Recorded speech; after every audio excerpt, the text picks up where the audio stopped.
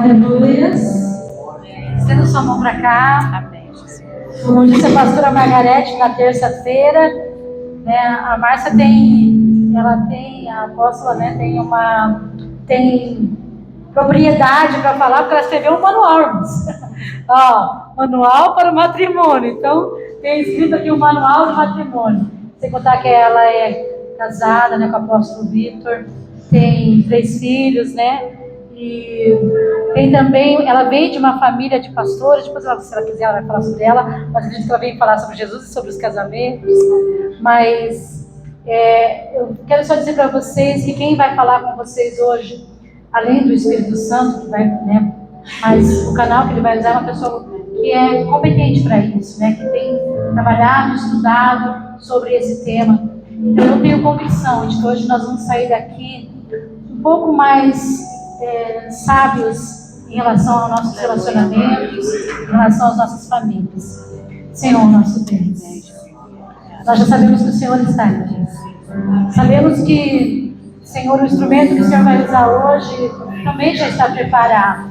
Mas prepara o nosso coração, os nossos ouvidos, o nosso entendimento, para que ninguém aqui fique resistente àquilo que vai ser falado, mas que nós possamos digerir, nos alimentar, Senhor, processar o conhecimento, Senhor, e colocar ele em prática no nosso dia a dia.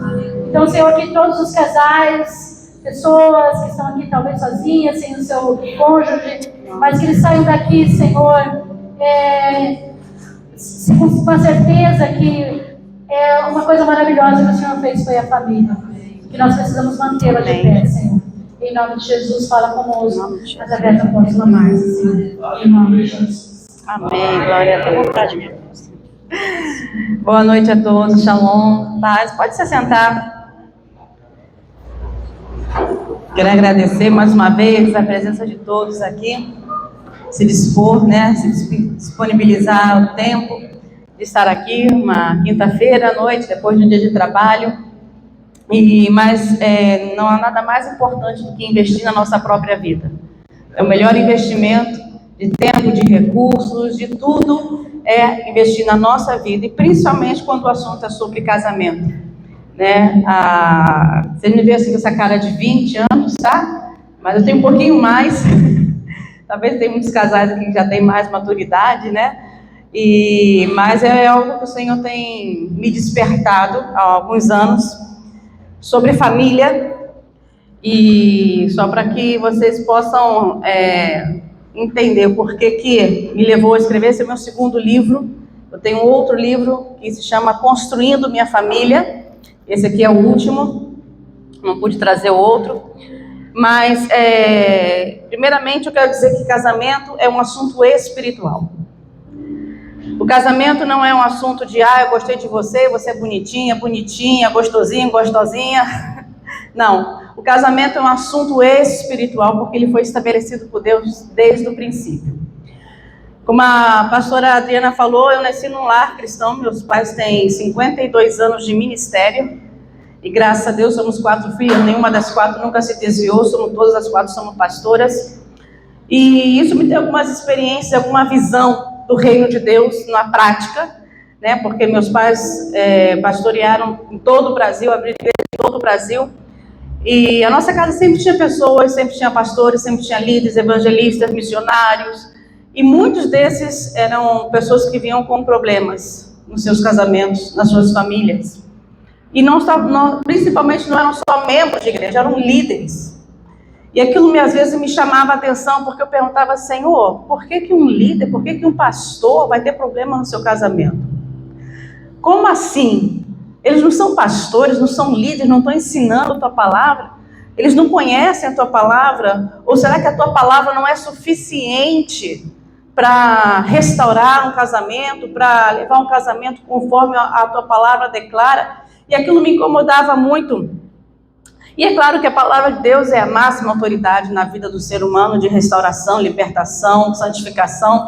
A palavra de Deus tem poder para fazer tudo na nossa vida, absolutamente tudo. O grande problema é que nós, muitas das vezes, não reconhecemos aquilo que nós precisamos, aquilo que nós somos, né? E eu sempre digo, aquilo que não se expõe, não muda. E nós temos esse hábito, principalmente nas igrejas, de manter a aparência. O que vão falar? O pastor vai me tirar do cargo, já não vou poder ser mais líder, se souber da minha realidade, como eu vivo em casa, como é o meu casamento em casa. Então, infelizmente, se criou essa ideia, né, que na igreja o líder, o pastor, as pessoas têm que transparecer que são pessoas santas, perfeitas, né, servos de Deus, que são felizes, mas a gente sabe que a realidade não é essa. Que a realidade está muito distante de um modelo bíblico de casamento e de família. E ao longo dos anos, o Senhor tem me despertado a buscar, entender e conhecer um pouco mais dessa dinâmica, desse núcleo familiar, principalmente no reino de Deus, principalmente nas igrejas. Fiz vários cursos, sou psicóloga, coaching, especializada na área de família, né? E é uma coisa assim, que me apaixona, porque é algo que o Senhor tem me levado a entender que para nós termos uma igreja forte e saudável, as famílias precisam estar fortes e saudáveis. Porque a igreja é constituída de uma família. Deus é pai e Ele vem buscar seus filhos. Então, além de sermos uma igreja, nós somos um corpo. E o corpo ele precisa estar em perfeito equilíbrio para ser saudável, né? Para poder desfrutar corretamente de tudo aquilo que Deus tem para a nossa vida. A palavra diz que nós somos administradores do reino de Deus. Administrar a nossa vida, a nossa saúde, as nossas emoções, a nossa casa, tudo aquilo que o Senhor nos dá, o nosso ministério.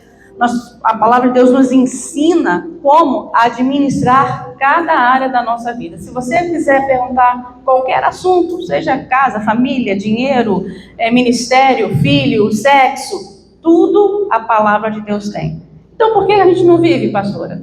Porque infelizmente, primeiro a Bíblia diz que o povo perece por falta de conhecimento, né? E infelizmente nós estamos num tempo em que muitos na igreja, eu posso dizer que a maioria dos cristãos não vivem um evangelho de reino, vivem um evangelho emocional. O que governa as suas vidas não é o espírito, são suas emoções. De vez em quando o espírito dá um oi, mas o que governa a vida das pessoas hoje em dia nas igrejas são as suas emoções. E o grande problema é que para que nós vivemos um casamento de acordo com a palavra de Deus, nós precisamos ser espirituais. Nós precisamos viver a palavra de Deus, primeiro na nossa vida e segundo na nossa casa. A nossa casa é a primeira igreja que nós temos. É o nosso primeiro ministério, é a nossa primeira responsabilidade. Se você é líder, se você é pastor, profeta, apóstolo, evangelista, mestre, é muito bom, mas a Bíblia diz que isso aí é secundário, porque os ministérios vão passar. Efésios 4:11 diz que os ministérios foram dados para aperfeiçoar os santos, edificar o corpo, até que cheguemos à unidade da plenitude do varão perfeito. Então os ministérios vão acabar, a igreja vai acabar. O que eu mais via na minha adolescência e juventude era a mais importância que os líderes davam a estar na igreja, a viver na igreja, a servir a igreja, a servir as pessoas, a serem pastor, do que as suas próprias famílias. Hoje, se tem um pouco mais de entendimento que não é assim que funciona. A nossa prioridade não é o ministério, não é a igreja, não é servir a Deus. A nossa prioridade deve ser a nossa casa, a nossa família. A Bíblia fala isso, né? Se você não cuida bem da sua família, da sua casa, que é a sua primeira igreja, que é o seu primeiro ministério, de nada vale você ganhar 10 mil almas para o Senhor. Para nós vermos a importância que a palavra de Deus dá isso. E por isso hoje nós precisamos entender que a nossa família é a nossa primeira igreja. Você pode exercer o seu ministério dentro da sua casa. Você pode exercer os dons do Espírito, os frutos do Espírito na sua casa primeiramente. Porque a igreja vai embora, a igreja acaba, as pessoas te deixam, te traicionam, te decepcionam. Quem está permanentemente ao seu lado é a sua família.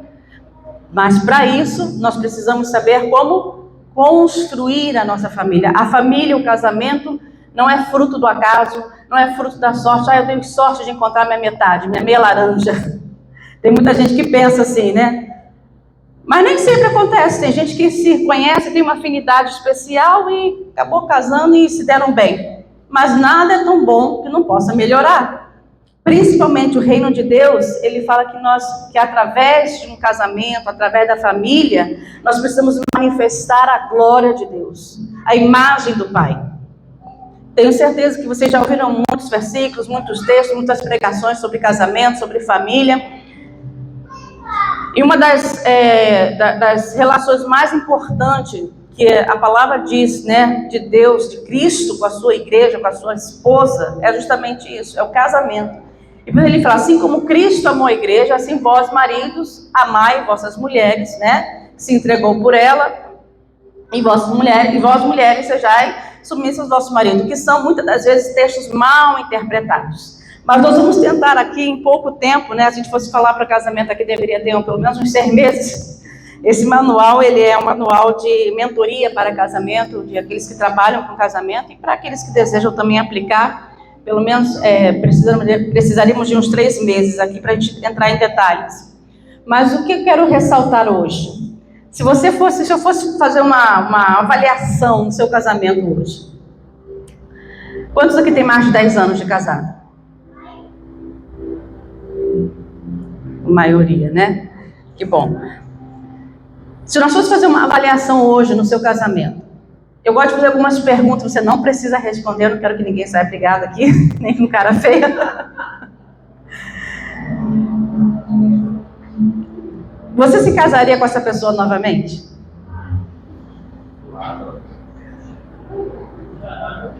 Bom, é melhor a gente não responder, só pensa. Se você pudesse voltar atrás, você se casaria novamente com este homem, com essa mulher do seu lado? Segunda pergunta. Vocês mulheres, gostariam que suas filhas se casassem com um homem igual ao seu marido? Vocês pais, homens, gostaria que seus filhos se casassem com uma mulher igual à sua esposa? Qual é o sentimento que a sua mulher ou o seu marido te inspira? Te motiva, te inspira a seguir, a se descobrir, a fazer novas coisas, a realizar coisas novas, a seguir adiante? Ou talvez isso você se sente limitado, não se sente motivado em viver coisas novas, em se descobrir e realizar seus sonhos? Geralmente quando a gente faz alguns seminários, a gente já deixa umas folhinhas assim com as perguntas aí.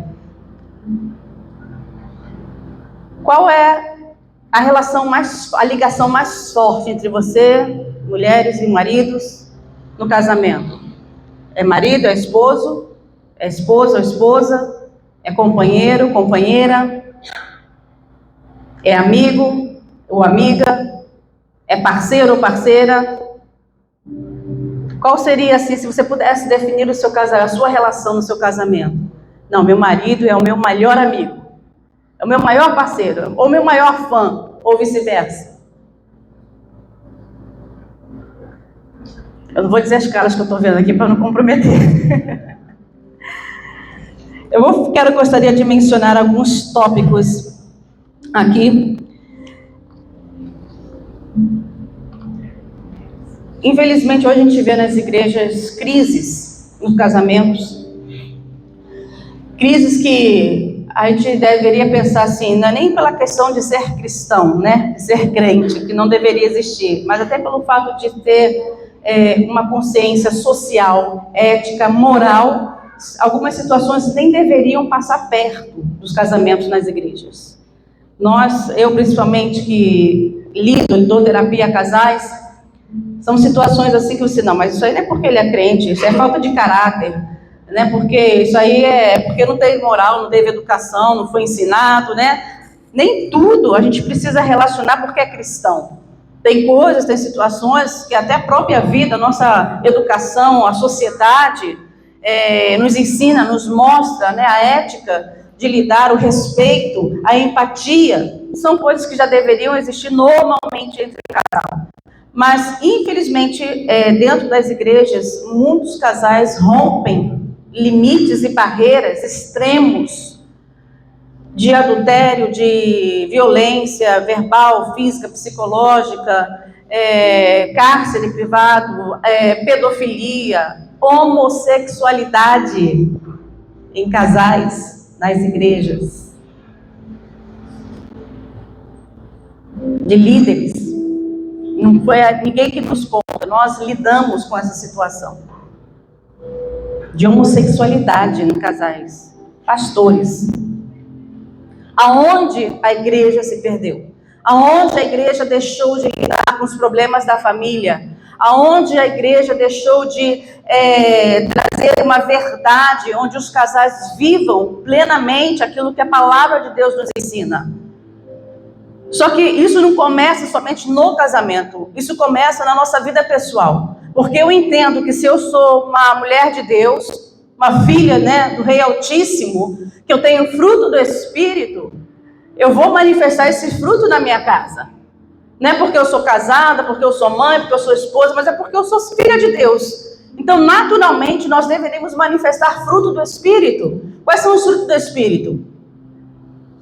Pastores? Viu como vocês sabem? Por que nós não manifestamos fruto do Espírito dentro da nossa casa? Porque aí nós somos o que somos. Não usamos máscaras, somos aquilo que nós queremos ser, não estamos preocupados se meu esposo ou minha esposa vai gostar, se meus filhos vão gostar, e nós somos o que somos. Esquecemos que antes de nós sermos família, antes de ser meu marido e minha mulher, somos corpo de Cristo. Antes de ele ser meu marido, ele faz parte do corpo de Cristo. Meus filhos fazem parte do corpo de Cristo. E como eu trato o corpo de Cristo, eu sou abençoado ou amaldiçoado. Quando nós estamos numa igreja, nós sorrimos para todo mundo, tratamos bem, abraçamos, temos carinha de santo, nos relacionamos, mas essa realidade nem sempre é levada para casa.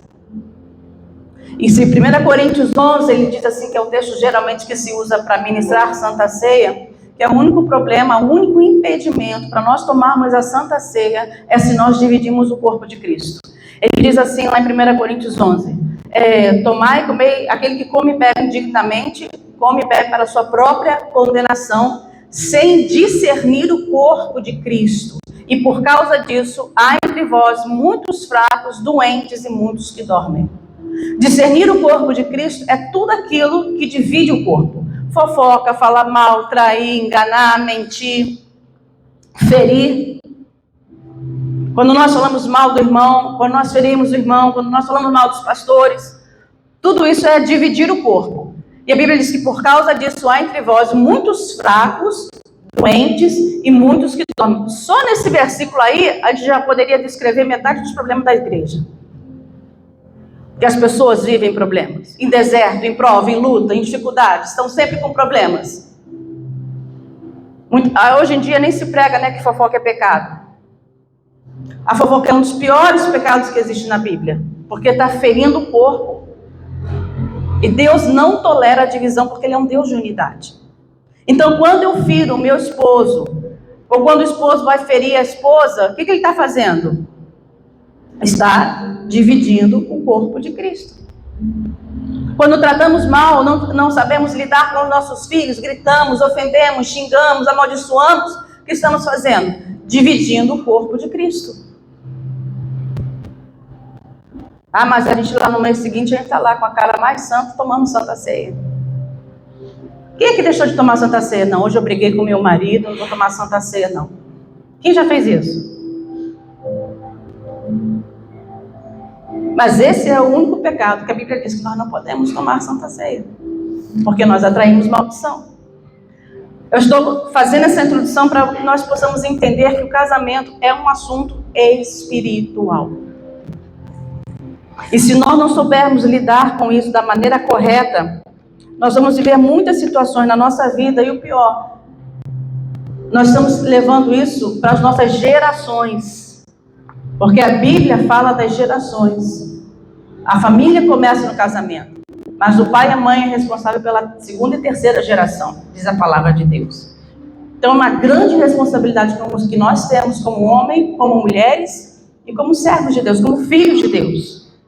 Não importa que títulos, ministério, quantos anos você tem de evangelho, o que importa é que nós precisamos aprender e entender o que a Bíblia diz sobre o casamento. Por isso que o nome desse livro aqui é Aliança no Altar. Muitos somente têm um casamento. Muitos somente têm um matrimônio. Mas poucos conseguem levar esse casamento, esse matrimônio, a uma verdadeira aliança. Porque quando a Bíblia fala de casamento, ela fala de aliança. O significado da palavra casamento é o efeito de se casar, um contrato de união ou vínculo entre duas pessoas que instituem deveres conjugais. É um contrato. O significado da palavra aliança, ato ou efeito de se aliar. Laço que prende duas ou mais entidades que se prometem mútua amizade e auxílio. Já deu para a gente ver a diferença? Uma das coisas que se mal interpreta dentro das igrejas é que o casamento é lei de Deus. Primeiramente, o casamento não é uma lei, nem de Deus e nem dos homens. Alguém que obrigou você a casar? Alguém casou obrigado aqui? Tem lugares que obrigam, né, a casar. Se você não se casasse, você seria preso? Pode falar, gente, isso aqui é um seminário. Então, o casamento não é uma lei, não é uma obrigação. O apóstolo Paulo não se casou. É uma escolha, uma decisão. Ninguém é obrigado a se casar, nem nas leis dos homens e nem na lei de Deus. Né? Mas, para que você não se queime, para que você não viva uma vida promíscua, pornográfica, então, a palavra de Deus diz para você, então, se casar. Mas o casamento em si não é uma lei, não é uma obrigação. Por que a gente assina um contrato lá no civil? Por questões de direitos e deveres, responsabilidade, resguardar você, os seus bens, os seus direitos. É por isso que nós assinamos um contrato. Mas na palavra de Deus, o casamento, ele vai além de um contrato. Tanto que a gente não vai entrar nesse detalhe, porque já somos todos aqui já casados. Quando a pessoa tem sexo antes do casamento, antes de se unir a uma pessoa, ela está se casando. A relação sexual é o próprio selo do casamento. Tanto que se a pessoa se casa e não tem relação sexual, o que ela faz? Ela não se divorcia, ela anula o casamento, porque não foi consumado. Então, o selo do casamento é o sexo, é a relação sexual. Quando uma pessoa tem relação com várias pessoas, ela vai dizer, eu nunca me casei, mas ela teve relação com 10, diante de Deus, ela se casou 10 vezes. E ela recebeu os espíritos de todos aqueles casamentos, de todas aquelas relações sexuais que ela teve. Então, o selo do casamento é a relação sexual. Por isso a Bíblia diz que serão ambos uma só carne. Então, o casamento, ele vai além de um contrato. A palavra diz que nós temos que levar uma aliança. Por isso ele compara o casamento com a relação de Cristo e a sua igreja, a sua esposa. E a palavra nos ensina qual é a função de cada um. Por que hoje nós vemos tantas famílias disfuncionais? Porque se perderam as funções e os papéis. O homem, a mulher, os filhos, está tudo trocado, está tudo disfuncional. Quando a gente diz, essa geração hoje que é superficial, que é assim, que é Nutella, que é cozida, a culpa é de quem? Dos pais. Porque nós deixamos de cumprir cada um a nossa função, o nosso papel, diante da palavra de Deus, que nos ensina sobre isso. Por isso, quando a gente fala de aliança, nós estamos falando de algo que vai além, onde cada um tem que cumprir a sua função e o seu papel. A Bíblia nos fala aqui que a nossa aliança ela precisa ser baseada num modelo que foi estabelecido por Deus. Qual é a função do pai? Qual é a função da mãe? Qual é a função do marido? Quando a Bíblia diz que o marido tem que amar a sua esposa como Cristo amou a igreja, entregar a sua vida por ela, né? Amar, Deus não falou para a mulher amar ao homem, disse para se submeter, mas disse para o homem amar a sua esposa. O amor, ele não faz guerra. Onde tem guerra, não se acredita no amor. Onde tem briga, confusão, conflito, grito, não se pode acreditar no amor. Porque muitos filhos hoje se sentem abandonados e rejeitados pelos pais. Porque dentro do lar só tem grito, confusão, conflito, discórdia. Eles não se sentem amados. Por quê? Porque um ambiente onde tem guerra não se cria no amor. O problema é que as pessoas hoje só buscam ajuda quando o casamento já está no final, quando já quer se separar, quando já quer o divórcio, quando já passou dos limites, quando já chegou numa crise onde não há mais como manter uma convivência, onde humanamente, podemos dizer, não há solução. Por isso, o nosso casamento ele precisa ser uma construção, tanto individual como conjugal. Quando uma pessoa não está bem, dificilmente ela vai conseguir se relacionar bem com o outro.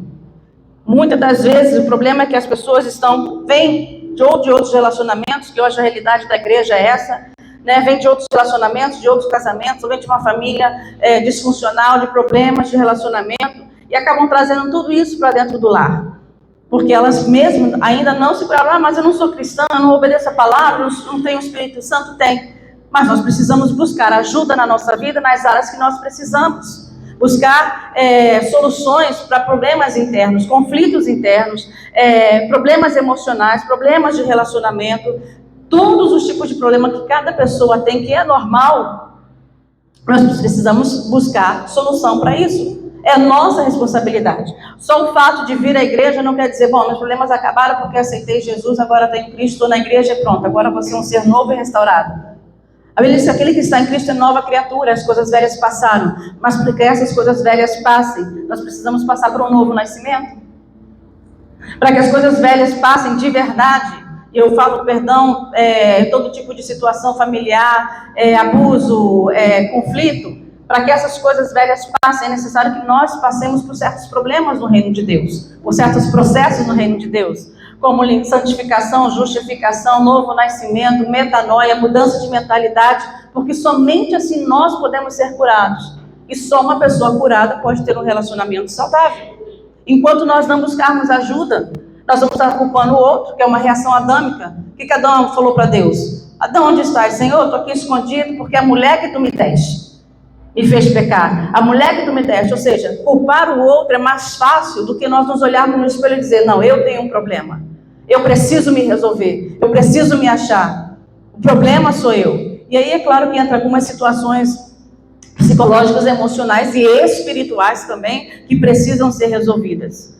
Mas se nós não estivermos bem, nós não teremos um relacionamento saudável. Por isso, antes de nós discutirmos qual é o problema do seu casamento, primeiro ver se não é você. Por que eu não consigo ter um relacionamento feliz? Que hoje as pessoas digam, você é feliz no casamento? A felicidade não está determinada pelo outro, está determinada por você. É claro que quando nós nos unimos, nós precisamos buscar um senso, um equilíbrio de relacionamento, porque o casamento é uma decisão de dois. Ninguém é obrigado a estar casado. Então, nós estamos ali de livre e espontânea vontade, porque decidimos unir as nossas vidas para vivermos e desfrutarmos de um relacionamento e da presença de Deus. Muitas das vezes tem pessoas que se acham obrigadas a estar casadas, ou até exercem um certo domínio, manipulação e controle sobre o outro, com ameaça, né, com situações de violência psicológica ou verbal, que intimida o outro a estar casado. Então, isso vai totalmente contra o que a palavra de Deus diz. Deus não quer que você seja infeliz no seu casamento. Então a gente tem que separar quando não dá certo? Não.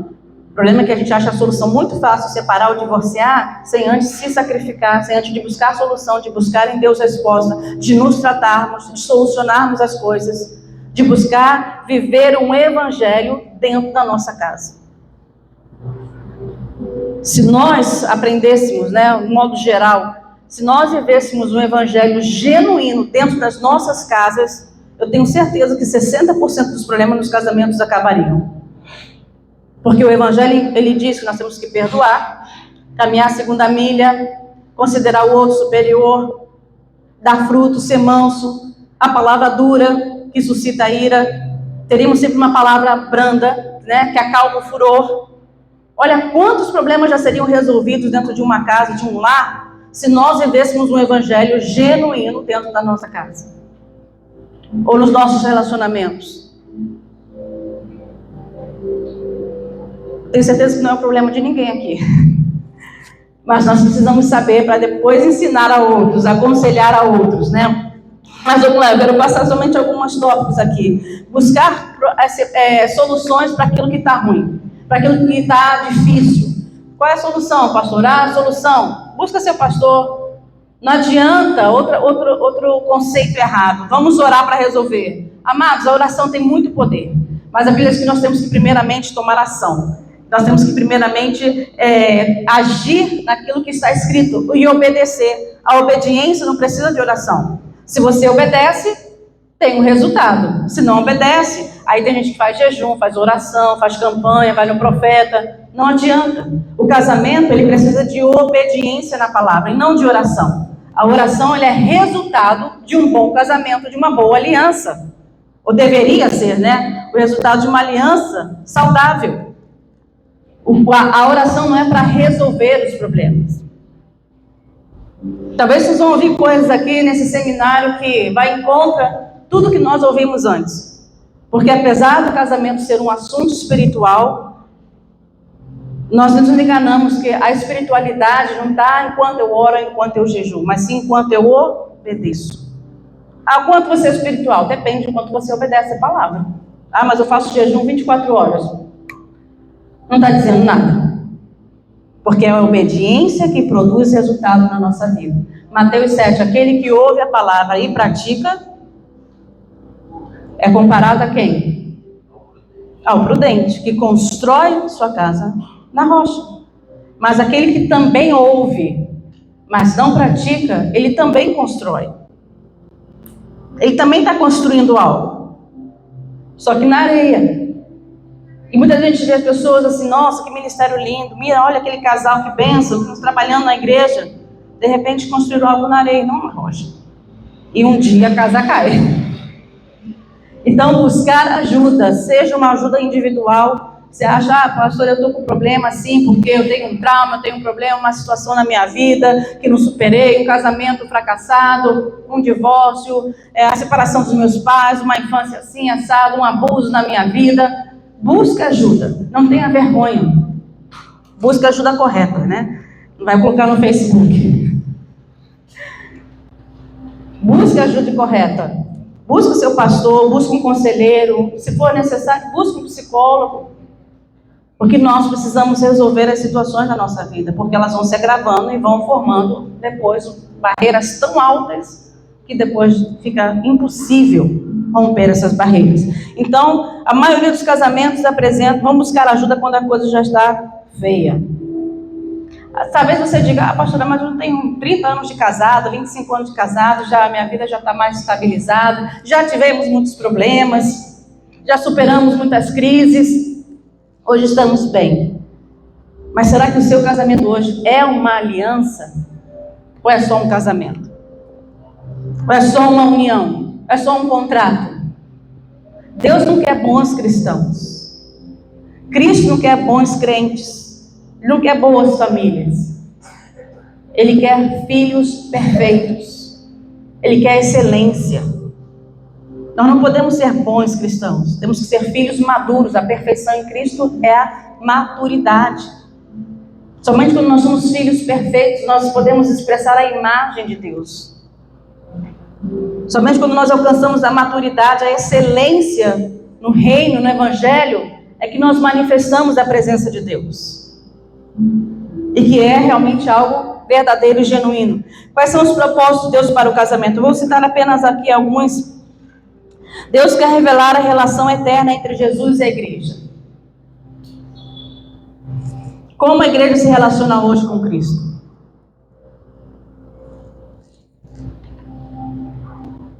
Por que as pessoas hoje vão às igrejas? A maioria. Vou lá receber minha bênção, vou lá para Deus me abençoar, vou lá porque eu quero uma vitória. Você imagine se a sua esposa só te procurasse porque quisesse alguma coisa. Ou vice-versa. A relação da igreja hoje com Cristo é essa. Buscam ao Senhor por uma necessidade, por uma solução, por uma bênção, por uma vitória, por um problema, pela minha necessidade. Igual o povo fazia quando Jesus estava aqui na terra. Isso se reflete aonde? Nas famílias. Deus quer revelar a relação eterna entre Cristo e a sua igreja. Segundo propósito, Deus proporciona pelo casamento um discipulado aplicável e radical, para que nos tornemos individual e coletivamente mais parecidos com Ele. Qual é o lugar que mais trata o teu caráter? É quando você vai lá na escola dominical? Você vai no culto à noite ouvir a pregação? O nosso lar é o lugar onde nós somos mais provados no nosso caráter, na nossa santidade, na nossa vida com Deus. É um discipulado contínuo. É claro que tem gente que não se importa, é o que é, estou nem aí, se quiser fique comigo, se não quiser vai embora. Mas o nosso lar é o formador de corações. O lar é onde se formam os corações. Por isso tanta gente ferida, tanta gente machucada, tanta gente sem um conceito. Nós fizemos agora um seminário em Fortaleza, na semana passada, só com líderes, uma imersão, fomos para um retiro, e o tema do retiro, da imersão, era paternidade. E no último dia, nós pedimos para que as pessoas falassem um pouco do que havia aprendido, e a gente nem sequer precisou orar nem ministrar. As pessoas começaram a chorar e confessar que não se davam bem com a esposa, com o marido, com o pai, com a mãe, que não sabiam amar os filhos. Líderes. Porque nós não fomos treinados para viver o evangelho dentro da nossa casa. Aí o nosso maior discipulado é onde nós verdadeiramente somos provados em Cristo. Ser santo aqui é muito fácil, aqui está todo mundo com cara de santo. Mas quando você está em casa, você olha para o seu marido, ele tem cara de santo? Quando você está na sua casa, sua mulher tem cara de santa, a mulher sábia, que edifica. E quando isso não acontece, é como quando aqui em cima não está bem, o resto não tem como estar bem. Se a sua vida, no seu casamento, não está bem, a sua vida espiritual também não vai estar bem. Isso é uma das maiores mentiras que nós vemos. Não, minha vida financeira está bem, mas a minha vida familiar não. Ah, minha vida espiritual está bem, mas a minha vida familiar não. Então nada na sua vida está bem, porque você não tem 7 vidas, você não é gato. Você é um ser espiritual que precisa manifestar a tua vida espiritual em todas as áreas da sua vida. Nós não podemos estar bem numa área e em outra não. Porque a Bíblia diz que nós temos que manter irrepreensíveis nosso corpo, alma e espírito. De tudo que se deve guardar, guarda o teu coração, porque dele emana a fonte de vida. Nós não somos várias pessoas, nós somos um ser espiritual. E esse ser espiritual precisa governar todas as áreas da nossa vida. Temos que ser espirituais dentro de casa, temos que ser espirituais no casamento, temos que ser espirituais com os nossos filhos, temos que ser espirituais no trabalho, nas nossas finanças. Ser espiritual significa que o Espírito Santo governa a tua vida. Mas governa de verdade, não é algumas áreas não, né?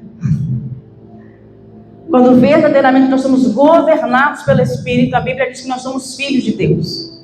Romanos 8,14 diz, aquele que é guiado pelo Espírito, esse é filho de Deus. Eu sou meio radical para interpretar versículo.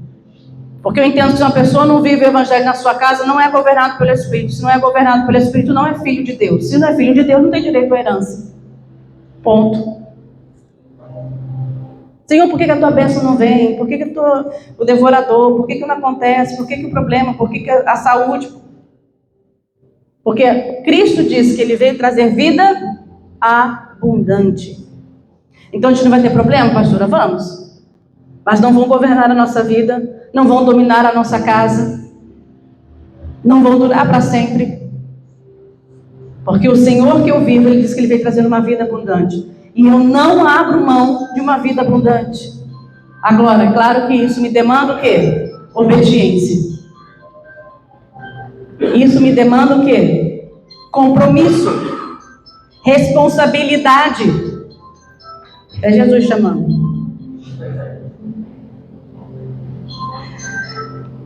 Através do casamento, Ele te proporciona um discipulado aplicável e verdadeiro na nossa vida. O casamento cristão deve revelar o mistério de homem e mulher juntos e desfrutarem da maravilha de serem feitos à imagem de Deus. Que lindo é quando você olha para o seu marido e você vê a imagem de Deus. Que lindo quando você olha para a sua mulher e você diz, nossa, eu amo tanto a Deus. Olha a mulher que Ele me deu, olha o marido que Ele me deu. Revelar a imagem de Deus. A Bíblia diz que nós somos transformados de glória em glória na imagem daquele que nos criou. Ser transformados de glória em glória é através do quê? Da prática da palavra de Deus. Após enfatizar o ser, o quarto propósito de Deus para o casamento está ligado ao fazer. Isso indica que não adianta você orar 30 dias. Não estou dizendo que você não tenha que orar. Mas tem muitas situações na nossa vida e no nosso casamento que não depende de oração, e sim de obediência. É claro que eu estou falando, tem que alguém aqui que ainda não conhece Jesus, não recebeu Cristo? Acho que todos aqui, né? Porque senão a gente tem que mudar a linguagem. Deus criou o homem e a mulher para que dominassem a terra, para que governassem a terra. Ele criou um homem e mulher, e a Bíblia diz que os abençoou e chamou os dois de Adão. O homem e a mulher foram chamados de Adão, a essência, a imagem de Deus, iguais a Deus. E ele falou, com essa imagem, com essa semelhança, vocês vão governar a terra, os dois. Vão governar a terra, dominar, sujeitar, multiplicar, frutificar. São funções que Deus deu ao homem e à mulher. Porque nós somos seres espirituais, a imagem de Deus. Mas nós não exercemos essas funções na nossa casa. Não temos governo em casa, os filhos fazem o que quer, cada um faz o que quer. Não há a mesa. Mês passado nós ministramos em Goiânia lá um seminário para famílias. O tema do seminário era a mesa. Cientificamente, uma doutora americana estudou que não é um estudo cristão, é um estudo secular, que quando as famílias se reúnem à mesa para comer, os filhos se tornam mais fortes, mais inteligentes e mais saudáveis. Um estudo secular de uma universidade americana. O que a Bíblia já disse há 2000 anos atrás. E o que se perdeu hoje, que se reúnam na mesa. E quando se sentam à mesa, é com o celular na mão. Porque a mesa também foi estabelecida pelo Senhor para comunhão, para ensino, restauração, cura, discipulado. Se nos sentarmos à mesa somente para comer, não é o propósito de Deus para a família. É que durante as refeições, nós possamos desenvolver a nossa vida e os nossos filhos. Saber o que dizer, saber o que falar, saber o que trazer, ouvir, nos ouvir, uma boa comunicação, essa é a oportunidade. Quinto propósito, Deus quer revelar seu caráter como Deus na aliança. Aquele que nunca quebra a sua palavra e que ama incondicionalmente. Quando nós falamos que a família é um lugar de restauração, o amor ele deve prevalecer. Mas o amor não é um amor que encobre, é um amor que não vê os problemas ou não vê os defeitos. Mas é um amor que sempre traz restauração, que sempre traz desenvolvimento, que sempre traz crescimento, fruto, ainda nos erros. Todos nós estamos passíveis de erros, homem, mulher, filhos. Mas quando nós aprendemos a amar, sem julgar, sem condenar, e exercer o perdão principalmente, aí é onde há verdadeiramente cura. Aí é onde há edificação. Há uma construção, cada dia, cada momento, cada palavra que você obedece, nós estamos edificando a nossa família. Estamos construindo, e como eu falei no princípio, nós temos uma responsabilidade, que não estamos construindo somente a nossa família, mas nós estamos construindo gerações. Aquilo que os nossos filhos estão recebendo é o que eles vão levar para a família deles.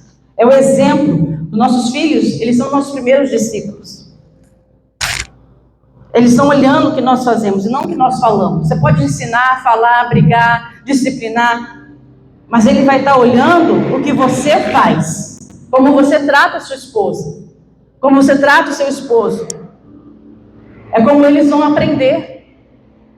Não é o que você está falando, Deus, vamos para a igreja, vou levar meus filhos para a igreja. Faça da sua casa uma igreja.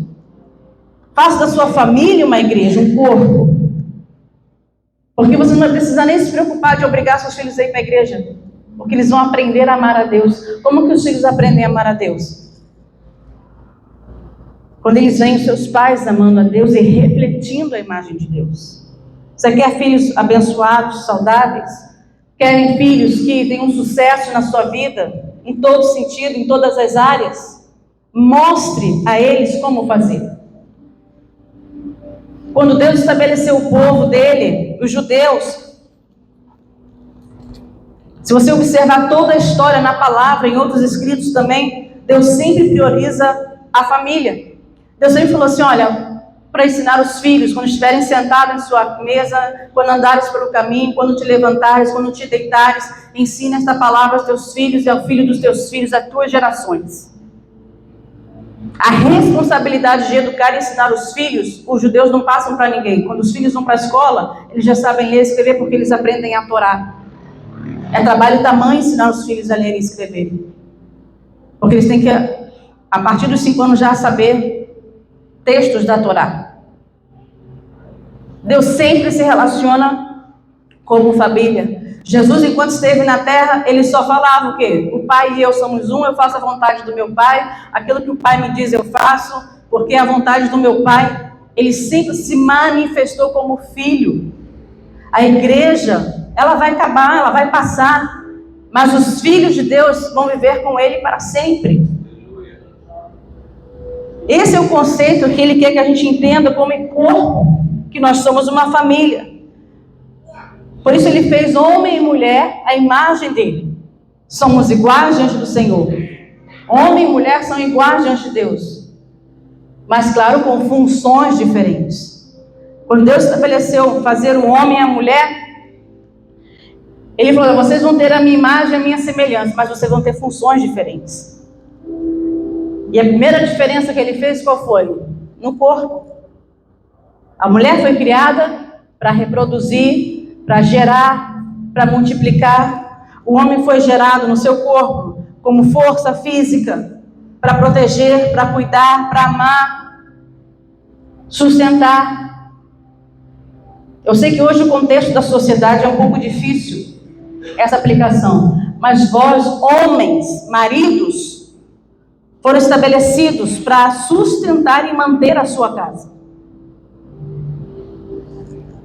Por que eu estou falando isso? Porque eu já vi homens e mulheres de casamento dizer, não, porque ela tem que me ajudar, ela tem que trabalhar. Meu amado, diante da palavra não tem não. Eu sei que hoje a sociedade, as mulheres precisam, muitas das vezes, contribuir, somar na renda da casa. Mas não é a obrigação espiritual dela. O que isso tem a ver, pastora? E eu não estou falando aqui de feminismo, não estou falando nada disso, não. Estou falando de Bíblia. Eu trabalho, e muito. Mas eu sempre digo para ele, não, eu não tenho que contribuir. Eu ajudo porque eu sou uma esposa, uma mulher sábia, uma ajuda idônea. Mas é a sua função. Mas eu também tenho a minha obrigação. Dentro do lar. Como esposa, como mulher, como mãe. Essas são as minhas primeiras funções. Eu preciso cumpri-las. O homem é o sacerdote. Não, a mulher e o homem são sacerdotes. A Bíblia diz em Apocalipse 5 que ele nos constituiu reis e sacerdotes.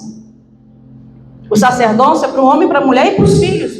Sacerdócio significa ministrar a Deus, se relacionar com Deus. Isso é uma obrigação de todos, da mulher, do homem e dos filhos. Nós, como pais, precisamos motivar e ensinar os nossos filhos também a exercer o seu sacerdócio. A orar, a falar com Deus, a ler a palavra, a ter o interesse de estudar a palavra.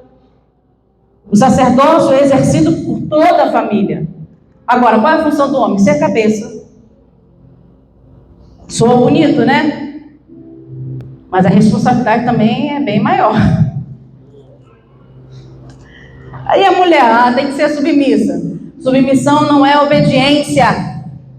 Submissão não é não pensar, não ter voz, não ser uma pessoa, porque nós somos seres individuais. Ser uma só carne não é pensar o que o outro pensa. Ah, eu sou a esposa do pastor. Não, você não é a esposa do pastor, você é a fulana. O seu marido é o fulano. Porque na minha casa eu não quero o apóstolo Vitor. Eu quero um marido. Um protetor, um cuidador. Porque é o que a Bíblia diz. Deus criou a mulher com funções específicas para edificar. Eu digo que é uma função muito difícil, porque a provérbio diz que nós somos o quê? Edificadoras. O trabalho de edificar, é claro que não está falando de edificar a parede, né? O que nós precisamos edificar? Já pensou nisso? Vocês mulheres, o que vocês precisam edificar nos seus lares? Ou vocês são tímidos, ou já estão cansados.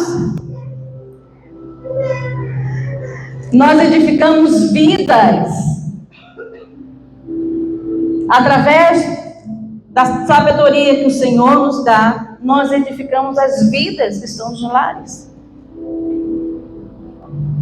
É uma grande responsabilidade, mas não é de qualquer maneira que a gente edifica. É usando o material correto, as ferramentas corretas, o que a Bíblia diz que nós precisamos usar. Essa é a função e a natureza da mulher. Durante muitos anos, mulheres na sociedade brigaram pela sua individualidade, pelo seu espaço ser igual aos homens. Nós somos iguais aos homens diante de Deus, como seres espirituais, mas não nas nossas funções. Nós, mulheres, precisamos entender qual é a nossa função. E quando se há a vivência correta da função de cada um, o lar se torna o jardim de Deus. A felicidade, a harmonia, a prazer, a gozo, a satisfação, a tudo. Então, nossos filhos não vão ter problemas? Podem ter, porque infelizmente vivemos no mundo, a Bíblia diz que nós vamos ter situações no mundo. Mas eu creio que quando uma família funciona de acordo com o modelo bíblico, nada nesse mundo pode afetar o nosso lar. Se você não abrir a brecha, Satanás não pode tocar na tua vida, no teu marido, na tua mulher e nos teus filhos. Não pode. Nós temos 3 filhos. Talvez você pense, mas ela vive uma vida crescendo na igreja, né, evangélica, pais pastores, marido apóstolo, vida mansa. Temos 27 anos, eu acho que eu pensei em me divorciar em 50 vezes. Que isso, apóstolo? Porque nós precisamos construir a nossa vida como filhos de Deus e como patrimônio. Temos 27 anos de casado. E enfrentamos muitas situações. Língua diferente, cultura diferente. Mas o que nos sustentou não foi porque eu sou apaixonada por ele. É porque nós entendemos que o que tem poder na nossa vida, quem governa as nossas vidas, é o Senhor, é a palavra de Deus. E eu não abri mão disso. Eu não abro mão dos meus filhos servirem a Deus. Tivemos muitas situações com os nossos filhos, na adolescência, na juventude. Mas eu falava, Senhor, meus filhos são herança. Enquanto eu estiver aqui, Satanás não tem poder. As drogas não têm poder. A homossexualidade não tem poder. As amizades ruins não têm poder. A depressão, a ansiedade não tem poder sobre eles. Porque eu sei viver o meu papel como mulher e como mãe. E como sacerdote do meu lar. E muitas das vezes nós temos que nos posicionarmos de uma forma mais ativa. Principalmente nós mulheres. Mandar? Não, não é mandar não. Deus falou que você é muro, as mulheres são muro. Que protegem, que impedem, que guardam. E a gente tem que se posicionar no que a palavra diz, não no que eu acho, no que eu penso, no que minha mãe falou, no que meu pai me ensinou, não. O que a palavra diz sobre isso? Como eu vou lidar com essa situação no meu casamento?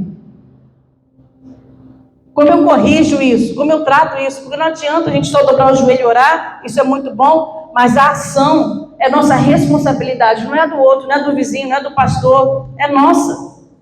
Porque nós estamos construindo. Aqui eu não vou entrar em detalhes na função de cada um, não tomaria muito tempo, eu quero aqui mencionar outros tópicos aqui, para a gente poder avançar, mas nós precisamos entender qual é a função e o papel de cada um. Função espiritual e a nossa função no casamento. E nos filhos. A Bíblia diz, filhos, vocês têm que seguir a instrução do pai e obedecer a direção da mãe. Se nós fôssemos falar aqui sobre família, e veríamos a diferença do que é instruir e o que é dar direção. O problema é que muitas das vezes até os homens abrem mão facilmente de ser cabeça. Não sei, pergunta a tua mãe. Se tua mãe decide, o que ela falar? Parece legal isso, né? Mas não é bíblico. Qual é a nossa função como pai, como mãe? Como marido e como mulher? A palavra de Deus nos ensina. Nós abrimos mão muito facilmente da nossa posição no reino de Deus. E quando eu falo reino, eu não me refiro aqui à igreja, esse templo, eu me refiro na sua casa. Porque é o lado que o reino de Deus tem que se manifestar primeiro. É lá que o reino de Deus tem que governar primeiro. E eu falo isso com muito amor. Porque se tem algo que me dói muito, é ver famílias disfuncionais. Famílias que não desfrutam do reino de Deus, desse gozo, dessa paz, dessa alegria. São deslaceradas, despedaçadas todos os dias dentro dos seus próprios lares, o lugar que mais deveria ser fonte de amor e de restauração. Qual é o conceito bíblico que a palavra de Deus nos ensina sobre o casamento? Amar, honrar, cuidar, respeitar, na alegria, na tristeza, na saúde, na doença, na dor, na dificuldade, tudo isso nós prometemos. Mas quando as coisas começam a dar errada, nós esquecemos que nós somos filhos de Deus. Queremos resolver da nossa maneira, julgar com a nossa percepção, ou filtrar as coisas com a nossa condição emocional. Os traumas da vida. Não, porque fez com meu pai fez com minha mãe fez com meu pai, porque se divorciaram, porque aconteceu isso, porque aconteceu aquilo. São bagagens que trazemos. E quando nós vivemos, as coisas velhas já passaram. Tudo se faz novo. Quando verdadeiramente nós somos governados pelo Espírito de Deus. Quando verdadeiramente nós passamos por um novo nascimento. O novo nascimento não é aceitar Jesus. O novo nascimento não é você vir à igreja. O novo nascimento não é servir a Deus. O novo nascimento é um processo na nossa vida de mudança, de ser regenerados, gerados novamente com uma outra mentalidade, com outro pensamento bíblico. Por isso Deus não quer que a gente seja bons cristãos, Ele quer filhos perfeitos. O apóstolo Paulo disse a Coríntios, olha, eu não posso falar com vocês como filhos perfeitos, porque perfeitos são aqueles que conhecem a sabedoria divina, que vivem uma maturidade, que não são escravos, não são meninos espirituais. Gálatas 4, ele diz assim, aquele que é menino, enquanto o herdeiro é menino, ele é comparado a um escravo. Quantos escravos mentais tem nas igrejas? Que tem 10, 15, 20 anos na igreja, mas continuam sendo escravos mentais. Porque não amadurecem, não crescem, não desenvolvem, não vivem o evangelho, não obedecem a palavra. E Paulo diz, enquanto o herdeiro for menino espiritual, ele vai ser um escravo, ele é dono de tudo, mas não pode tomar posse de nada. São escravidões que nós vivemos dentro dos nossos lares, que nos aprisionam, que nos limitam, que não deixam a gente crescer, avançar, se desenvolver. E a palavra diz que Ele nos fez para multiplicar, crescer e frutificar. Se nós não estamos crescendo, Se o seu casamento não produz crescimento na sua vida, se não produz fruto na sua vida, é porque está morto. Porque só produz fruto aquilo que está vivo. Não se acomode, não se conforme com um casamento bom. Porque Deus quer se revelar através que as pessoas olhem para você. Nossa, eu quero uma família igual àquela. Eu queria que a minha vida, minha casa, minha família, meus filhos fossem igual àqueles crentes que vivem ali. Revelar a glória de Deus. Deixa eu avançar aqui um pouquinho. Não vou entrar muito nos detalhes das funções, que a gente tomaria aqui muito tempo. Mas o homem como cabeça, a mulher como ajuda idônea, precisam conhecer as suas funções dentro do lar. Porque Deus estabeleceu isso por uma razão. Por um funcionamento correto. E principalmente, para que a glória dele se manifestasse. Salmos 11:3 diz assim: fortalecendo os fundamentos. Se os fundamentos são destruídos, que poderá fazer o justo? Quais são os fundamentos de um casamento feliz? Qual é a base de uma verdadeira aliança? E deixa eu te dizer, o casamento não acaba quando as pessoas se divorciam, quando se separam. O casamento acaba nas pequenas atitudes que ferem, que machucam, na falta de perdão. Quando um homem ou quando a mulher deixam de cumprir a sua função, é onde ali o casamento está acabando. Quando o homem não sabe ser o cabeça, ele está já destruindo o seu casamento. O que é uma aliança? A gente usa um anel, né? Que não tem nem começo e nem fim, que representa o casamento. O casamento não termina se você tirar a sua aliança. Ele termina quando você não trata bem a sua esposa. Quando você não a honra. Quando você não a cuida, não a protege. Não trata ela como Cristo tratou a igreja. Quando não a ama. O casamento termina quando a mulher desrespeita. Quando a mulher não sabe se submeter. É muito fácil se submeter a um homem que sabe amar. É muito fácil nós mulheres nos submetermos a um homem que sabe ser cabeça. Porque nós somos criadas para isso. Não queira exigir da sua mulher, você tem que obedecer, você tem que ser submissa. Mentira, não tem não. Isso é um resultado da ação do homem. Quando o homem sabe ser cabeça. Quando o homem sabe ser um ministro de Deus dentro da sua casa. Quando ele cuida da sua família, da sua esposa. Como Cristo cuida da igreja. Nós queremos nos submeter. Eu falei no princípio aqui que quando eu vi os casais que vinham na nossa casa dormir, porque brigou com o marido, bateu na mulher, que não sei o quê, ministros. Eu falei, nossa, mas ele na igreja do domingo passado estavam tão felizes. O que aconteceu? Vida de aparência. É o que mais existe hoje nas igrejas, uma vida de aparência. Quando nós nos casamos, eu falei para ele, olha, se tem uma coisa que eu não vou ver na minha vida, é vida de aparência. O que é aqui vai ser lá fora. Porque nós precisamos nos posicionar diante de uma verdade. Está escrito e eu vou viver. Porque quando a gente começa a abrir mão de certas coisas, você vai passar a sua vida inteira abrindo mão. E depois, quando quiser se posicionar, não vai ter mais espaço. Por isso eu falei, o casamento não termina quando tem um divórcio, quando tem uma separação. Mas quando ambos deixam de cumprir o seu papel na aliança. Diante de Deus, esse casamento já acabou. Quantas pessoas vivem no mesmo teto, mas que estão separadas? Na psicologia secular nós chamamos de divórcio emocional. Vivem porque convém, porque os filhos, ou porque as finanças, ou porque não tem essa casa. Mas emocionalmente e espiritualmente já estão divorciados. Já não vive uma aliança, vive um contrato de casamento. Isso é para que a gente desperte, não se conforme somente com um contrato, com uma aliança. Ele diz, destruindo os fundamentos, o que o justo pode fazer? O que uma família, uma mulher e um homem de Deus podem fazer se os fundamentos da palavra não estão alicerçados na sua vida e na sua casa? Será destruído, vai ser afetado.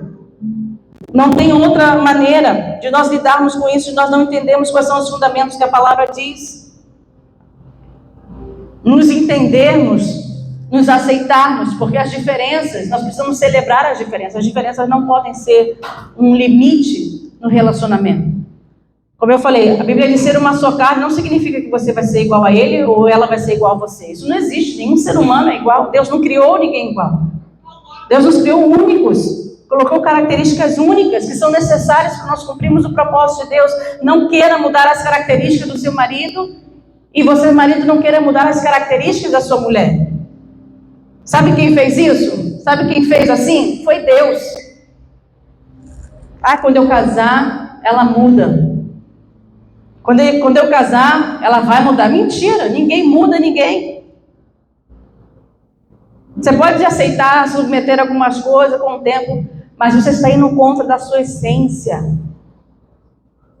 O problema é que a gente quer que o outro mude, em vez de fazer o que a Bíblia diz, fazer o que ele tem, ou o que ela tem, frutificar, multiplicar. Até as chatices, né? Até as coisas chatas. Celebre as diferenças. Nós somos seres individuais, vivendo uma vida conjugal. Não estou falando de individualismo, estou falando de ser individual. Respeitar o espaço, a individualidade do outro. Entrar em acordo. Uma das coisas que mais prejudica hoje o casamento é a falta de comunicação. Talvez você já ouviu isso em muitos lugares. Mas nós não estamos falando de saber falar, ou discutir, ou de argumentar.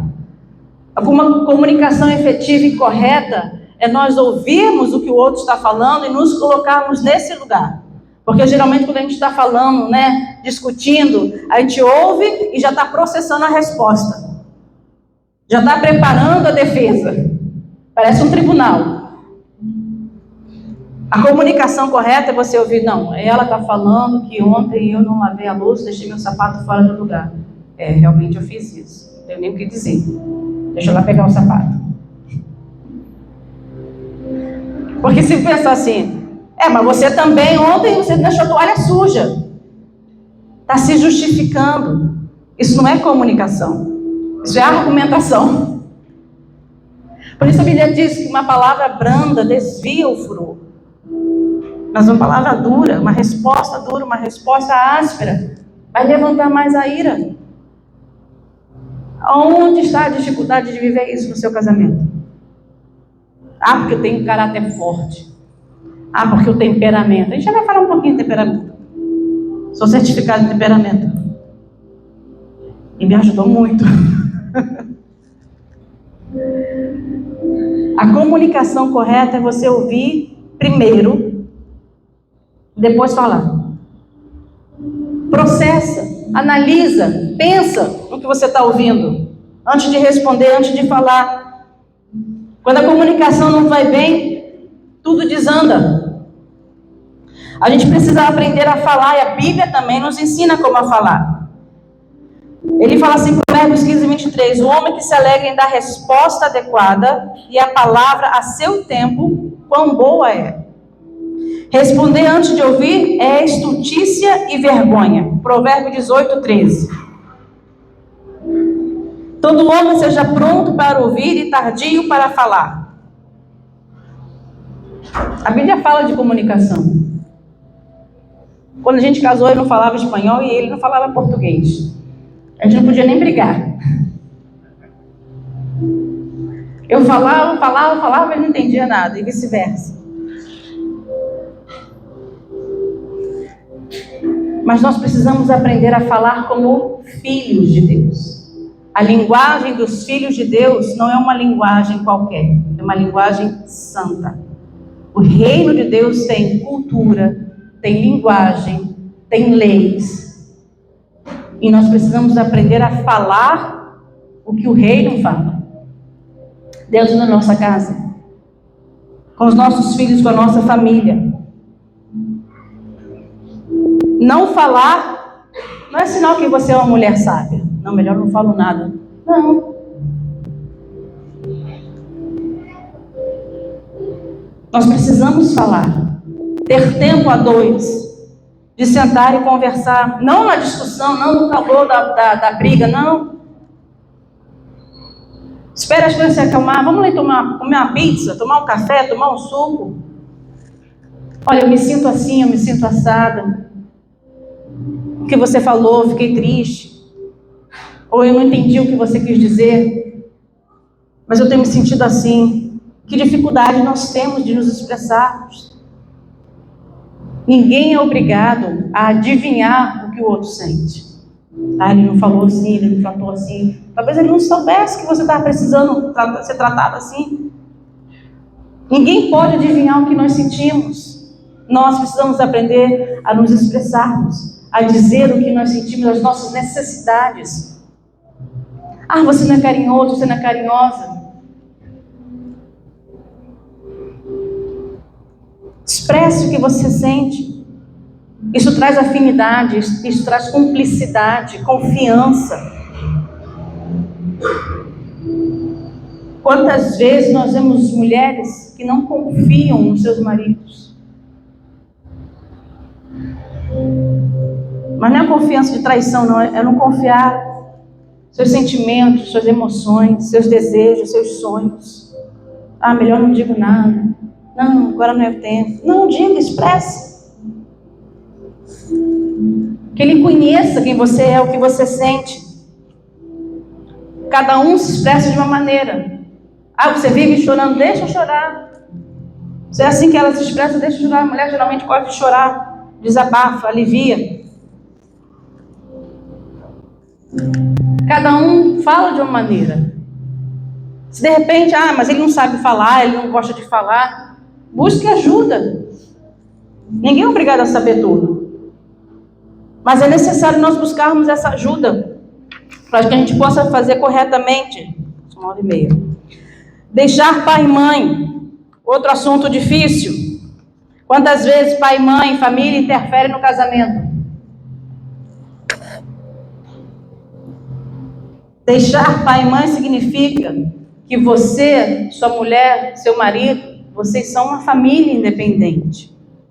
Não é que você vai deixar de ver, de visitar, de honrar, de ajudar os seus pais, não.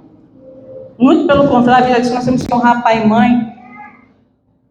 Mas você não pode abrir mão da sua família por causa dos seus pais. Não pode interferir. Mas a gente mora junto. Procura um lugarzinho para você, nem que seja um quartinho. Porque por mais maravilhosos que sejam nossos pais, biblicamente nós precisamos deixá-los. Porque com o tempo isso vai trazer desgaste. Mas eu não tenho condição. Ore ao Senhor. Aí é a hora de você orar. Orar e ver se está cumprindo a palavra, né? Está sendo obediente ao Senhor nos dízimos, nas ofertas. Porque orar para Deus abençoar a vida financeira e não ser fiel nas finanças, não adianta. Quantas vezes as pessoas vêm e oram porque estão precisando de um milagre financeiro. Principalmente agora, dezembro, fim de ano, né? A gente compra Natal, compra um monte de coisa. Ano que vem Deus vai dar uma provisão. Aí Deus não dá. Aí pede oração. Aí começam as consequências. Quais são os termos da aliança? Nós temos aqui a gente chama de acróstico, né? Aliança, A, amor que valoriza. L, limites saudáveis. I, interdependência. A, atenção ao ouvir. N, namoro contínuo. C, celebração das diferenças. E A, apoio eficaz. Amor que valoriza, amor que reconhece, amor que admira, que se expressa. Nossa, que delícia essa comida que você fez. Sua comida é minha favorita. os detalhes, observar, dar flores. Eu não vou nem perguntar aqui quando foi a última vez que vocês mulheres receberam flores. Um mimo. Mostrar que são valorizados. É claro que essas atitudes, elas precisam vir acompanhadas de uma ação. Passou o dia gritando, reclamando, xingando, aí de noite quer que a mulher, ai, que lindo que você é, que maravilhoso. A mulher não vai fazer isso. Toda ação corresponde a uma reação. Se você quer uma mulher que te admire, que reconheça, respeite, dê motivo a ela para isso. Limites saudáveis. O que mais se confunde no casamento são os limites. Somos seres individuais. Muitas das vezes o que eu gosto, ele não gosta. Ou o que ele gosta, eu não gosto. E está tudo bem. Limites precisam ser colocados. Ah, mas nós não somos uma só carne, somos. Nós somos duas pessoas diferentes, que pensam diferente, com características diferentes. E para criar limites saudáveis, nós precisamos nos conhecer, saber até onde eu vou permitir que o outro venha, que o outro me afete, que o outro me trate. Se você não colocar limites no seu relacionamento, com o passar dos anos, você vai ser desrespeitado ou desrespeitada. Vai haver uma agressão a quem você é, o que você tem, a sua essência. Aí, de repente, acordou um dia com ansiedade, com depressão, a pressão subiu, com dor de cabeça, porque tudo isso se tornam doenças psicossomáticas que afetam o nosso corpo. Temos que ter limites, sim, no nosso casamento. Aprender a respeitar o espaço. Claro que cada casamento vai ter a sua linha, né? O seu limite estabelecido. Não é um padrão para todos. Mas eu preciso expressar o que eu sou, o que eu sinto, o que eu penso. Mostrar a ele quem eu sou. Com amor, com educação, com a comunicação correta. Antes eu chegava do trabalho, 3 horas da tarde, passava o dia inteiro na escola. Eu chegava, eu tenho um coléricozinho em casa, vamos sair, vamos no mercado, vamos fazer isso, vamos fazer aquilo. E aquilo me causava uma irritação e eu não entendia por quê. Até o dia que eu me entendi e falei, não amor, espera um momentinho, eu preciso de uma meia hora. Deixa eu tomar um cafezinho, tomar um banho, falar com Jesus, aí eu faço o que você quiser. Mas ele não podia adivinhar isso. Aí depois que eu me expressei, ele, não amor, tá tudo bem? Tá cansada? Descansa um pouquinho, mais tarde a gente vai no mercado, senão a gente vai amanhã. Olha que diferença do trato. De compreensão, de respeitar o meu limite, quem eu sou. Nós somos responsáveis de criar esses limites saudáveis no nosso relacionamento. Atenção a ouvir. Aí entra a comunicação, namoro, trato. Tenho certeza que os homens aqui sabem como as mulheres gostam de ser tratadas. Não vai chegar de noite, na hora da cama, ai, vem que eu quero. Não, porque a primeira coisa que a mulher vai pensar, pô, mas de manhã ele nem olhou para minha cara, nem me deu um beijinho quando foi para o trabalho. Tudo isso fica registrado nas mulheres. Porque precisa haver uma ação para que tenha uma reação. Se você quer produzir uma reação agradável, tenha uma ação agradável. Celebração das diferenças. Apoio eficaz, compreender o que o outro é, como o outro funciona. Observar atentamente como se sente, o que pensa, o que deseja, o que sonha. Quantos de vocês maridos conhecem os sonhos das suas mulheres? Quantos já perguntaram para ela, filha, você tem algum sonho que você deseja realizar? Eu quero ser o realizador do seu sonho. Eu quero ser o que vai realizar o sonho da tua vida. Qual é o teu sonho? Meu sonho é ali na Areia comprar um sapato. Às vezes o sonho é tão pequeno. E vice-versa. Até a maneira que nós respondemos: eu queria tanto fazer um curso de violão. Agora não dá, agora não pode. Você sabe que tem quanto para pagar? Você está frustrando os sonhos. Não quer dizer que você tem que dizer sim para tudo, mas olha a maneira que você está falando. Filha, vamos nos programar. Tenho certeza que a partir de janeiro Deus vai nos abençoar e a gente vai poder fazer esse curso. Você vai poder entrar num curso. Vamos orar ao Senhor. Vamos pedir a Deus que nos dê a condição. Quem sabe até eu entro com você. Porque a palavra branda desvia o furor. Uma palavra correta, dada a seu tempo, diz a palavra, diz a Bíblia. Ela traz vida.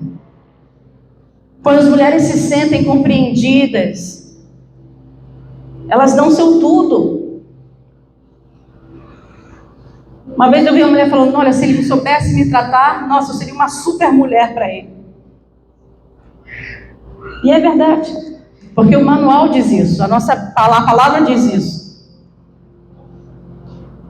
Você quer uma esposa alegre, feliz, submissa, que te admire? Ame como Cristo amou a igreja. Como, pastora? Vai buscar a palavra como Cristo amou a igreja. Ou faça um cursinho comigo.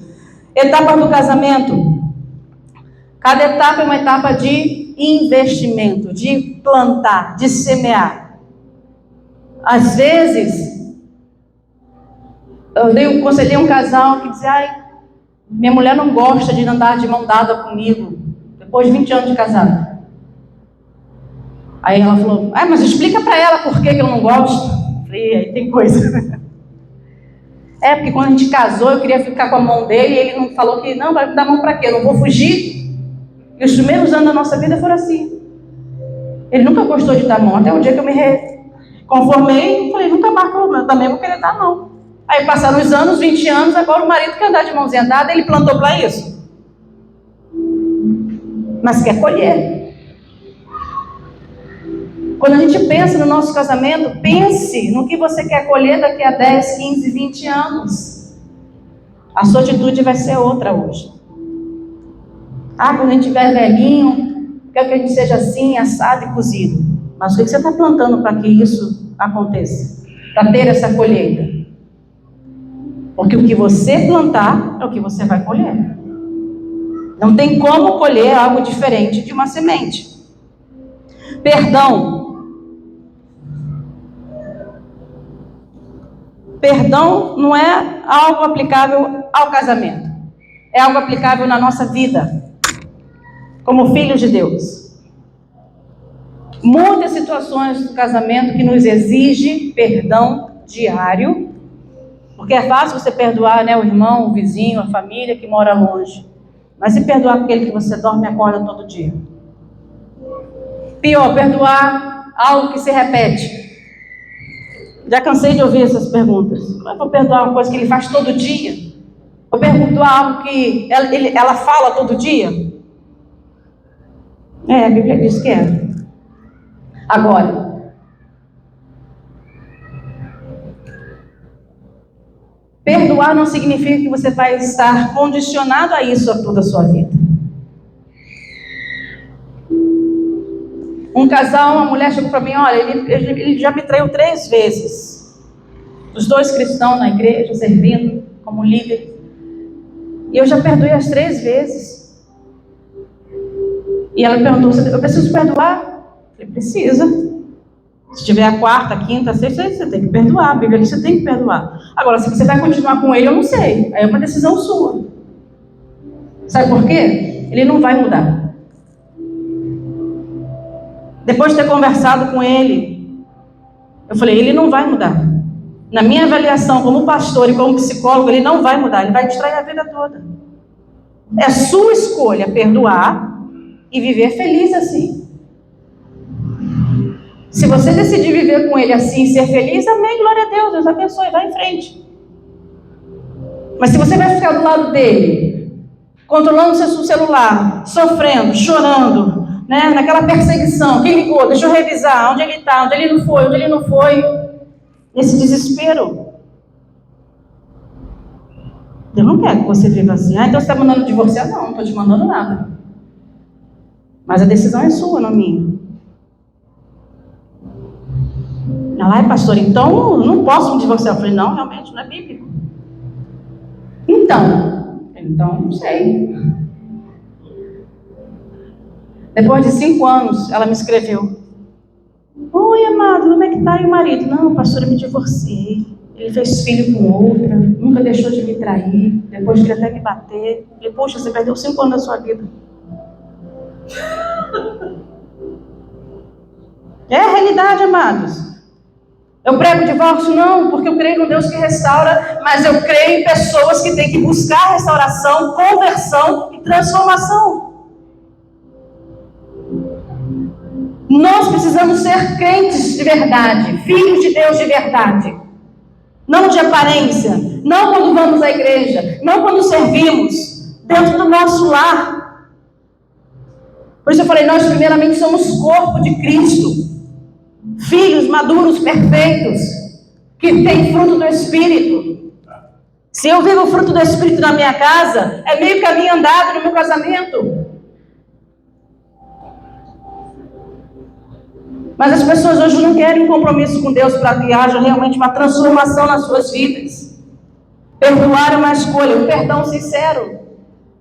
Não um perdão que fica jogando na cara, cobrando e falando o tempo todo. O perdão precisa ser exercido dentro dos nossos lares, com os nossos filhos, no nosso casamento. Nos perdoarmos muitas das vezes. Às vezes nós falhamos, erramos. A Bíblia diz em Mateus 18, que Deus entrega nas mãos dos atormentadores, aquele que não perdoa. Não é o diabo, é Deus. Quando nós não perdoamos,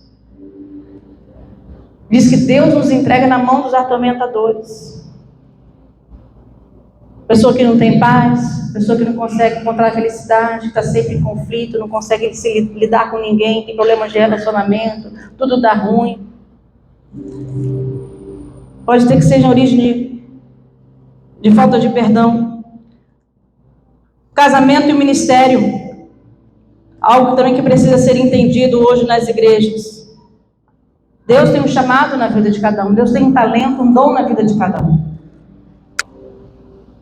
Mas o nosso primeiro ministério é o nosso casamento. A nossa primeira igreja é a nossa casa. A Bíblia diz, aquele que não governa bem a sua casa não pode governar o corpo, o reino. Somos excelentes líderes, excelentes pastores. Damos excelentes conselhos para os outros. Mas não governamos a nossa casa. E o governo não é autoritarismo, não é mandar, não é manipular, não é espírito de Jezabel. Muitos lares hoje funcionam à base do espírito de Jezabel. O espírito de Jezabel pode entrar no homem ou na mulher. A gente acha que são as mulheres, né, que tem esse espírito. Mas Jezabel é um espírito que pode atuar na vida do homem ou da mulher. O nosso ministério é a nossa casa, primeiramente. Se nós não exercemos corretamente o amor, a unção, o poder, a palavra nos nossos lares, sentar com nossos filhos para ensinar a palavra, orarmos juntos, ter um momento de comunhão com o Senhor em família, ensinar os nossos filhos como orar, como se relacionar com Deus. Aí é onde tem que se manifestar. Hoje muitas famílias são famílias fraturadas, segundos, terceiros casamentos, filhos de um, filhos de outro, né? Isso torna um pouco mais complicado trazer essa harmonia quando há essa formação familiar que hoje nós vemos comumente nas igrejas. E não condenamos, porque nós sabemos que pela falta do conhecimento, pela falta de buscar ajuda, muitas das vezes situações acontecem e nós entendemos. Como eu falei, talvez você olhe, ela nasceu num lar evangélico, né, casada com apóstolo, não sei o quê, mas nós somos o segundo casamento um do outro. Temos testemunho nessa área. Criei 2 filhos dele. E eu dizia, eu jamais vou me casar com um homem que tenha filhos. Pode rir. Falei, eu nunca, jamais vou casar com um homem que tenha filhos. Deus me livre. Eu falo que Deus fez uma pegadinha comigo. Me deu 2, que são meus filhos. Aleluia. Foi fácil, apóstola? Não, não foi. Foi nada fácil. Mas hoje eu convido qualquer um de vocês aí na minha casa a conhecer os meus filhos. Meus filhos. Aleluia. Que me chamam de mãe. Que se reúnem à minha mesa com os meus netos. Que têm confiança em mim. Que me fazem pergunta da vida, pergunta ao conselho, como eu falo isso pro meu filho, como eu educo meu filho, como eu disciplino minha filha. E a igreja, o que a Bíblia diz? Porque sabe que ali tem uma fonte segura. Uma fonte que nunca vai julgar, nem abandonar, nem condenar eles. Vai orientar, educar e criar de acordo com a palavra de Deus. E eu sei que eles vão errar, como já erraram muitas vezes. Mas nós sempre estivemos ali para corrigir, para disciplinar, para orientar e para levantarmos.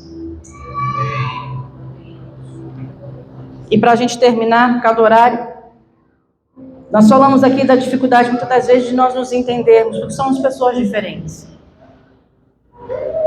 Pensamos diferente, fomos criados de maneira diferente, e muitas das vezes isso é uma grande barreira para um relacionamento saudável. Como eu falei, experiências que nós já tivemos na infância, na família, de outros casamentos, são bagagens que a gente vai acumulando, que a gente vai armazenando automaticamente. Nós temos um registro emocional que não depende se a gente quer ou não lembrar ou guardar aquilo, já está em nós. E às vezes isso aí é um problema muito grande nas nossas relações, porque nós medimos, nós agimos baseado nisso e não na realidade que nós temos. E uma das coisas que dificulta isso, muitas das vezes, é nós conhecermos a outra pessoa. A gente só pode conhecer o outro na convivência, né?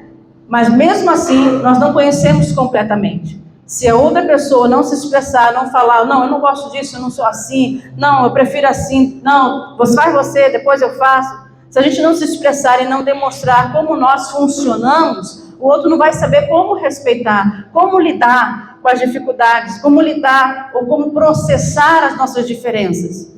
E uma das coisas que nós temos aprendido, principalmente como ferramenta na questão familiar, no casamento, é a questão do temperamento que foi dado por Deus. O temperamento é a característica que Deus colocou em cada um de nós, antes mesmo que nós nascêssemos. E ele não muda durante toda a nossa vida. É diferente da personalidade, do caráter, que são moldados durante toda a nossa vida. Mas nosso temperamento é o que Deus colocou, é aquilo que Ele depositou em cada um para cumprir o propósito, que é necessário para a gente cumprir o nosso propósito. Por isso, quando a gente vê na maternidade as crianças, lá os bebês na maternidade, a gente vê as diferenças de comportamento, né? Uns bebês choram mais, outros choram menos, outros gostam de ficar lá na caminha, outros preferem o colinho. Um bebês são mais sérios, outros já riem só de olhar para a cara deles. Essas diferenças são um temperamento na vida de cada pessoa, que não muda durante toda a nossa vida. O problema é que quando nós começamos a interagir ou interagir com o nosso ambiente, com a nossa família, isso acaba afetando as necessidades do nosso temperamento. Então, as nossas necessidades não sendo atendidas, isso acaba causando, futuramente, ao longo dos anos, problemas emocionais, de relacionamento, até mesmo no nosso crescimento espiritual, afeta isso. E a experiência que nós temos durante a nossa vida vai moldando e vai definindo se nós estamos agindo dentro ou fora do nosso temperamento. E quando nós agimos fora do temperamento, é onde nós entramos em colapso. Muitas das vezes, pessoas que passam a vida fazendo algo ou com alguma experiência, superam, né, entre aspas, bem, de repente um dia acordam e entram em depressão. Ou tem crise de pânico, de ansiedade, começa a ter problemas de pressão, começa a ter problemas de infarto, derrame. Essas necessidades, quando não são atendidas, elas acabam afetando a nossa vida e os nossos relacionamentos. Por exemplo, uma pessoa que a psicologia secular determina um temperamento em cada pessoa, né? O estudo que nós fazemos numa universidade americana, que é afiliada à nossa universidade, lá na Flórida, identifica o temperamento em 3 áreas diferentes. Todos nós temos mistura. Na área de inclusão, que é como nós nos socializamos, área de controle, que é as áreas de responsabilidade, ministério, trabalho, carreira, e a área de afeto. É como nós tratamos, lidamos com as nossas relações mais próximas, né? Marido, mulher, família, filhos, amigos, íntimos. Essas 3 áreas têm temperamentos diferentes, por isso nós temos misturas. Então, quando nós não atendemos essas necessidades, é onde nós causamos as disfunções na nossa vida emocional e no nosso relacionamento. Um exemplo prático, uma pessoa que é colérica, que é sanguínea, na área de afeto, cresceu num lar que foi abandonado de pai, ou a mãe morreu, ou a mãe abandonou, né? Teve uma situação assim, extrema no seu lar, ou cresceu com o pai e com a mãe que nunca deram amor e carinho. O sanguíneo, ele precisa, na área de afeto, desesperadamente de carinho, de toque, de beijo, de abraço, de dizer que ele é amado a cada 5 minutos. Se ele cresce sem atender essa necessidade, provavelmente ele vai ser uma pessoa, um homem ou uma mulher, que vai ter problemas no relacionamento e vai ser uma pessoa que tem mais tendência a cometer adultério. Por quê? Porque a sua necessidade não foi atendida por muitos anos. E aí ele casa com uma mulher, talvez, que seja fleumática. Fleumático não tem nenhuma necessidade na área de afeto. Ele não precisa dizer que ele é amado, querido, tocar, beijar, abraçar. Muito pelo contrário, isso estressa ele. Então imagina um sanguíneo na área de afeto e um fleumático na área de afeto, casado. Como vai ser a vida afetuosa desse casal? Vai ser ruim, né? Por quê? Eles não se conhecem. O que o sanguíneo vai dizer para o fleumático? Puxa, você não me ama. Puxa, mas eu cuido de você, te sirvo do almoço, café, janta, passo sua roupa, te atendo, saio com você. Mas você não disse que me ama. Então você não me ama.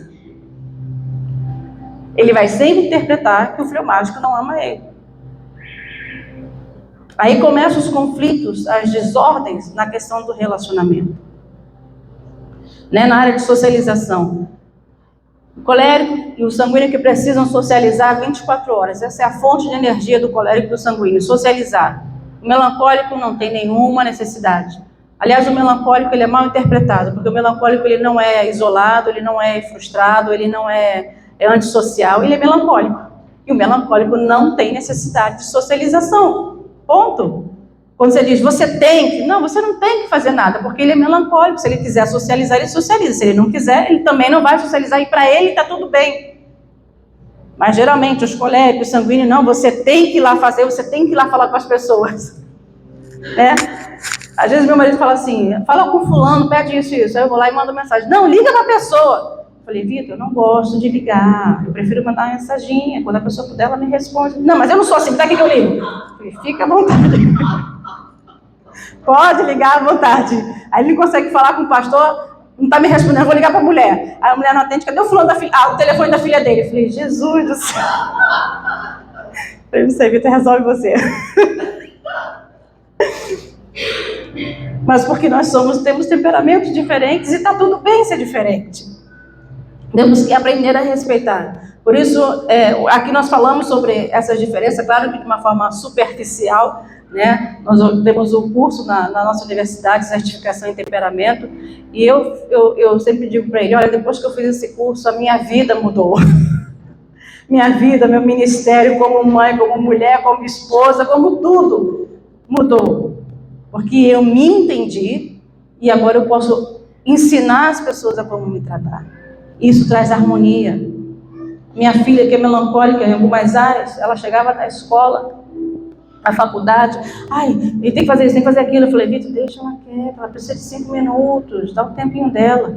E quando a gente chegava e falava, ela ficava frustrada, irritada, teve momentos difíceis na vida dela. E quando eu aprendi a lidar com o temperamento dela, transformação total. Já ela tem a iniciativa de chegar, de fazer, mãe, eu cheguei agora, quer que faça alguma coisa? Não, filha, descansa. Tá, se precisar de mim, eu estou no quarto. Tá bem, filho. Olha que harmonia. Quando nós nos conhecemos, quando nós nos entendemos e aprendemos a criar limites e barreiras saudáveis que são necessárias na nossa vida. Muitas dessas coisas a palavra de Deus nos ensina, mas nós não sabemos interpretar e nem aplicar. E para isso nós precisamos então buscar recursos, ferramentas, ajuda, aconselhamento, pastores que nos ajudem. Eu acredito que todos os casais precisam, em algum momento da sua vida, de uma terapia de casal. Não importa quantos anos você tenha, algo ainda pode melhorar, algo ainda pode mudar, porque aqui não estou vendo ninguém tão velho, né?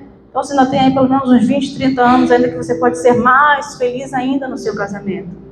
E plantar, semear coisas novas, para que você tenha uma colheita agradável na sua velhice. Amém? Feche seus olhos onde você está. Como eu falei no princípio aqui, o casamento é um assunto espiritual. Não trate de qualquer maneira, não age de qualquer maneira, busque ajuda, busque ensino, busque orientação, busque melhorar sua esposa, busque melhorar o seu esposo, os seus filhos e principalmente, melhore você mesmo.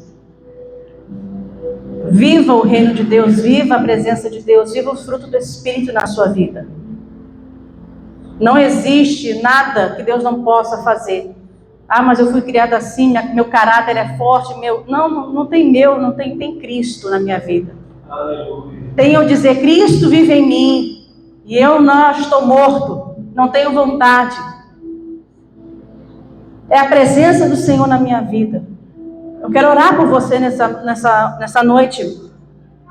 Mas eu quero pedir ao Senhor nessa noite que venha te trazer entendimento, reconhecimento na sua vida e no seu casamento.